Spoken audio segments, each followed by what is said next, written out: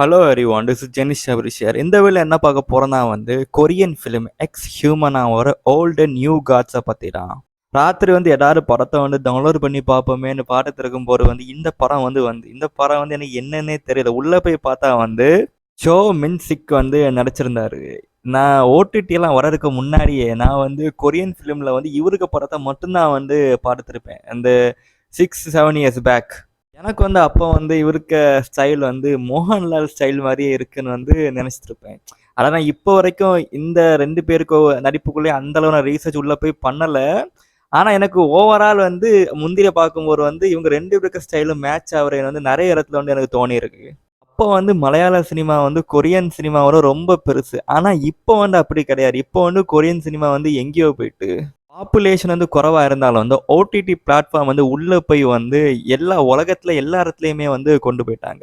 நெட்ஃபிளிக்ஸுக்கு உள்ள போய் பார்த்தா எல்லாமே கொரியன் படமா தான் இருக்கும், கொரியன் சீரீஸா தான் இருக்கும். இந்த படத்தை பார்க்கும்போது நிறைய விஷயத்த இந்த படம் என்னை யோசிக்க வச்சு அந்த யோசனை தான் இந்த வீடியோல நான் பண்ண போறேன். அது கூட நான் நினைக்கிற நிறைய விஷயத்த இந்த படம் இந்த மீடியம் மூலியமாத்து உங்ககிட்ட சொல்ல போறேன். வேர்ல்டு வார் 2க்கு அப்புறம், கொரியன் வாருக்கு அப்புறம் அமெரிக்கா சவுத் கொரியாலையும் ஜப்பான்லையும் செட்டில் ஆனாங்க. செட்டில் அங்கே உள்ள நிறைய மக்களை கிறிஸ்டியன் மதத்துக்கு கன்வெர்ட் பண்ணாங்க.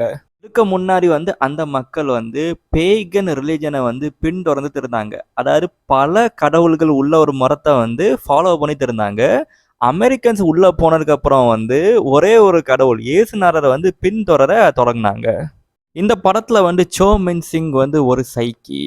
இந்த படத்துல இறந்து போய் ஆத்மாவை சுட்டி இருக்கிற எல்லாருமே கிறிஸ்டியன்ஸ். அவங்கள அடக்கம் தான் பண்ணியிருப்பாங்க. சோ மின் சிங் என்ன பண்ணுவாருன்னா அடக்கம் பண்ண ஆளுங்க எல்லாரையுமே தோண்டி வெளியே எடுத்து அவங்க எலும்பை எரிப்பாங்க. எரிக்கிற மூலியமாத்து இந்த உலகத்துல அவங்க இனிமே இல்லைன்னு அவங்களுக்கு ஒரு மோட்சம் கிடைக்கும் அப்படின்னு ஒரு நம்பிக்கை.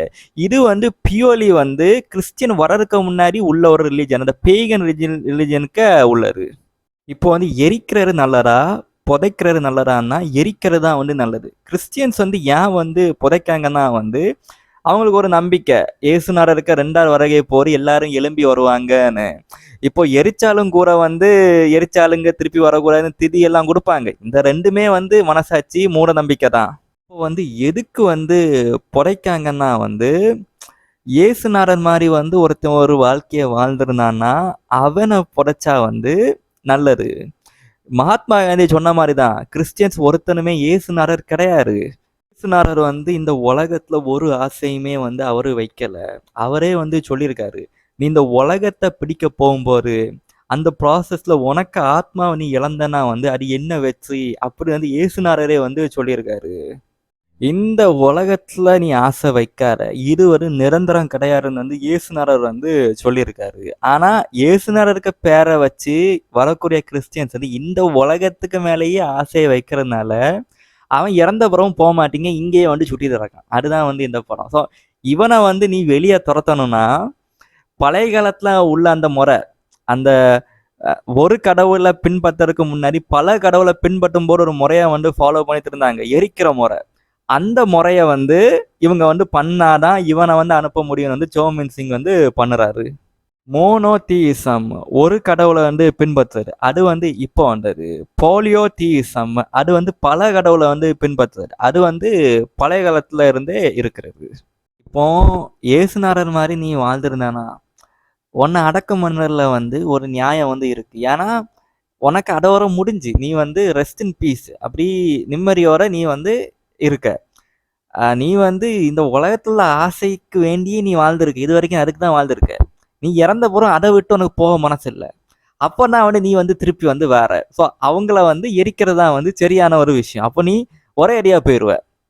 இப்படி வெளியே வரக்கூடிய இந்த ஆத்மாங்களும் பார்த்தீங்கன்னா அவங்க ஃபேமிலி மெம்பர்ஸே தான் அட்டாக் பண்ணுது. இப்போ அந்த ஃபேமிலி மெம்பர்ஸ்க்கு தான் ஒரு அட்டாச்மெண்ட் இருக்கும், ஆனாலும் அவங்கள கொல்லுது. இப்போ எனக்கு சரௌண்டிங்ல கூட பார்த்தீங்கன்னா செத்து போன அப்பாவோ அம்மாவோ ஒரு பையனுக்கோ பொண்ணுக்கோ கனவுல வந்துட்டா போதும், ஐயோ இந்த ஆளு ஒரு மோசமானவன், இவனுக்கு இந்த உலக ஆசையை விடல, இவன் என்னையே கூட்டிட்டு போக வந்திருக்கான் அப்படின்னு மண்டத்தனமான வேலையெல்லாம் பண்ணக்கூடிய ஆளுங்களை நான் பார்த்துருக்கேன். அந்த உனக்கு அப்பாவோ அம்மாவோ தாத்தாவோ பாட்டியோ உன்னை இழுத்துட்டு போறதுக்காக வருவாங்க, கொஞ்சமாச்சு ஒரு மனசாட்சின்னு ஒண்ணு வேண்டாம். இப்போ வந்து 2 விதமான பேரண்ட்ஸ் வந்து உண்டு.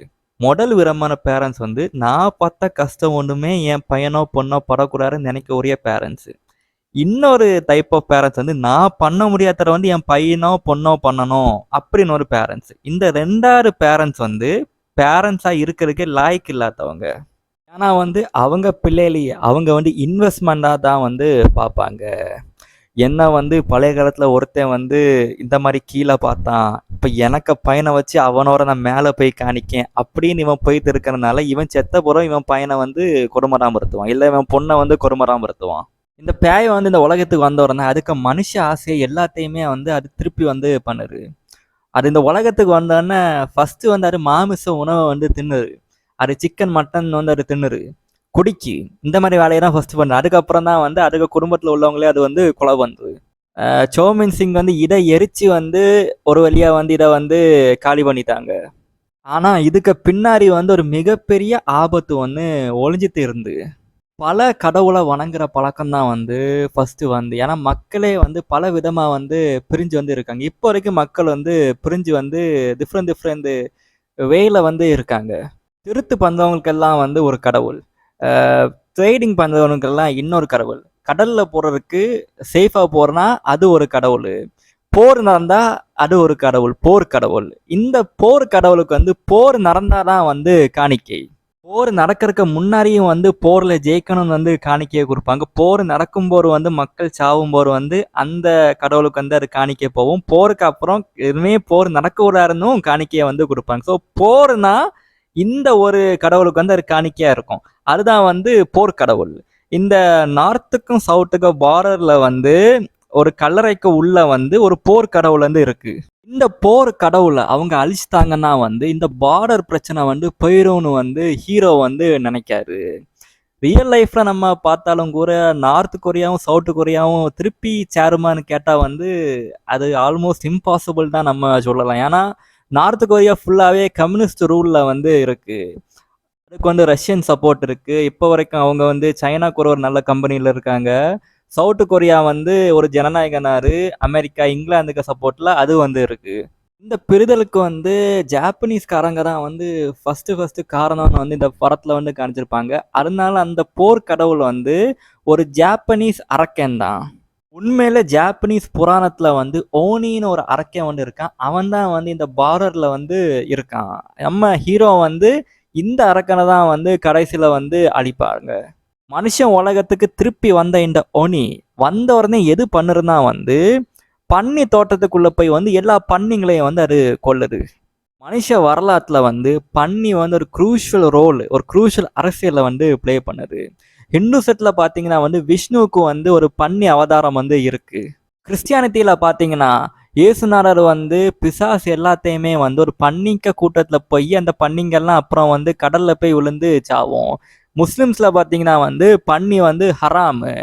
நம்ம மெடிக்கல் சயின்ஸ்ல பார்த்தீங்கன்னா வந்து பன்னிக்க ஃப்ரெஷ்ஷை வச்சோ இல்லை பன்னிக்க பாலை வச்சோ வந்து மனுஷங்க வந்து சிசேரியன் பண்ணதுக்கு பிறகு வந்து இப்போ வந்து தைக்காம வந்து அதை வச்சு ஒட்டிடுவாங்க. அது கூடயே வந்து மனுஷனோட ஃபர்ஸ்ட் மூடாரியர் வந்து பன்னிதான். இன்ஜெக்ஷன் ட்ரையலு, தடுப்பூசி எல்லாமே ஃபர்ஸ்ட் பண்ணிட்டு தான் வந்து அதில் ஓகேனா தான் வந்து மனுஷனுக்கு வந்து அதை வந்து பண்ணுவாங்க. மனுஷனோட வளர்ச்சிக்கும் சரி, மனுஷனுக்கு அரசியல்லையும் வந்து இப்போ வரைக்கும் பன்னி வந்து ஒரு குரூஷியல் ரோலை வந்து பிளே பண்ணிட்டு இருக்கு. இந்த படத்துல பாத்தீங்கன்னா வந்து மனுஷனை தவிர வந்து ஒரு ஆத்மால எதுக்குள்ள போக முடியும்னா வந்து பன்னிக்குள்ள தான் போக முடியும். அதனால இந்த ஒனி இந்த உலகத்துக்கு வந்த பிறகு வந்து என்ன நீங்க இதுல அடைக்க முடியாதுன்னு அது எல்லா பன்னியுமே வந்து கொண்டுரும். ஓனியை வந்து நீங்க நேருக்கு நேரு சந்திக்க போரு. புத்தர்க்க மந்திரம் வந்து உங்க உடம்புல இருந்துன்னா வந்து அந்த ஓனியால உங்களை வந்து தொட முடியாது. இது ஏன்னா வந்து போலியோடியிஸ்டிக் மதத்தை வந்து புத்த மரம் வந்து நார்த் ஏஷியாவில் போய் வந்து எடுத்து கிறிஸ்டியானிட்டியை பொறுத்த வரைக்கும் வந்து மனுஷனாத்து வாழ்ந்து சாவும் போர் வந்து ஞானி ஆகுறாரு, செயின்ட் ஆகுறாரு. புத்தருக்கு இதைப்படி பார்த்தீங்கன்னா வந்து வாழும் போரே ஞானியா வந்து வாழ்றாரு.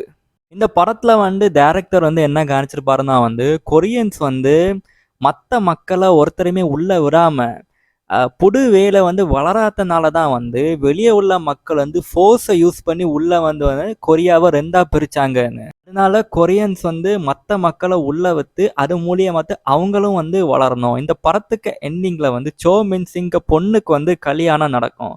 அந்த பொண்ணு வந்து ஒரு யூரோப்பியன் மாப்பிள்ளைய தான் வந்து கல்யாணம் வந்து பண்ணுவா.